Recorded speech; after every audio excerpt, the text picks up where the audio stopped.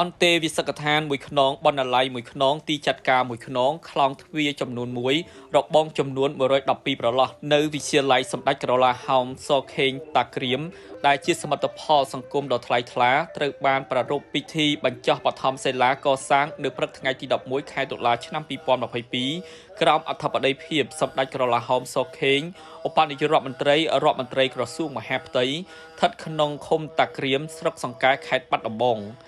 នៅក្នុងសន្ទរកថាស្វាគមន៍និងរបាយការណ៍របស់លោកស្រីសុខាអភិបាលនៃគណៈអភិបាលស្រុកបាណន់បានជម្រាបជូនឲ្យដឹងថាសមិទ្ធផលសង្គមដ៏ថ្លៃថ្លាដែលបានបម្រើវិស័យអប់រំក្នុងស្រុកក្នុងនោះអន្តេវិសកឋានមួយខ្នងដែលមានទំហំ30ម៉ែត្រគុណនឹង 9.9 ម៉ែត្រស្មើនឹង5បន្ទប់ចំណាយថវិកាអស់ចំនួន $71,250 បណ្ណាល័យមួយខ្នងទំហំ20ម៉ែត្រគុណនឹង 9.5 ម៉ែត្រចំណាយថវិកាអស់ $47,500 ទីចាត់ការមួយខ្នងទំហំ16ម៉ែត្រគុណនឹង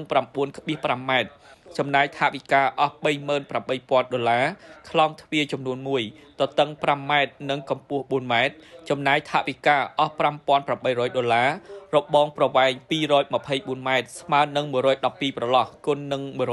$140 ចំណាយថវិកាអស់ $15,680 ចំណាយសរុបទាំងអស់ $179,230 សម្ដេចក្រឡាហោមសខេងមានប្រសាសន៍ថារដ្ឋាភិបាលកម្ពុជាក្រោមការដឹកនាំប្រកបដោយគតិបណ្ឌិតដ៏ឆ្លៀសវៃរបស់សម្ដេចអគ្គមហាសេនាបតីតេជោហ៊ុនសែនជាប្រមុខបានយកចិត្តទុកដាក់យ៉ាងខ្លាំងលើវិស័យអប់រំសិក្សាធិការដោយបានប្រកាន់ខ្ជាប់នៅគោលដៅការអប់រំសម្រាប់ទាំងអស់គ្នានិងខិតខំបង្កលក្ខណៈសម្បត្តិសម្ដៅធានាឲ្យកុមារនិងយុវជនកម្ពុជាទាំងអស់មានឱកាសស្មើគ្នាក្នុងការទទួលបាននៅការអប់រំប្រកបដោយគុណភាពដោយពុំគិតអំពីឋានៈក្នុងសង្គមតំបន់ភូមិសាស្ត្រជនជាតិសាសនាភេទឬពិការភាពឡើយរួមជាមួយគ្នានេះផងដែរអន្តេវិសកឋានមួយខ្នងបណ្ណាល័យមួយខ្នងទីចាត់ការមួយខ្នង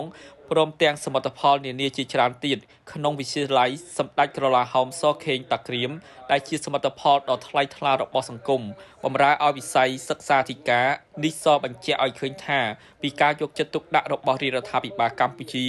ក្នុងការអភិវឌ្ឍធនធានមនុស្សប្រកបដោយគុណភាពដើម្បីចូលរួមអភិវឌ្ឍសេដ្ឋកិច្ចសង្គមនិងប្រទេសជាតិឲ្យមានការអភិវឌ្ឍប្រកបដោយនិរន្តរភាព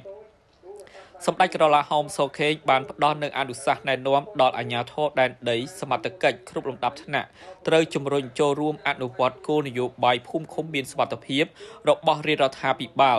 ដែលមានលក្ខណៈសម្បត្តិ7យ៉ាងសម្ដៅធ្វើយ៉ាងណាធានាបាននៅសន្តិសុខសណ្ដាប់ធ្នាប់សុវត្ថិភាពល្អនិងភាពសុខសាន្តជូនប្រជាពលរដ្ឋរស់ក្នុងមូលដ្ឋានរបស់ខ្លួនផងដែរ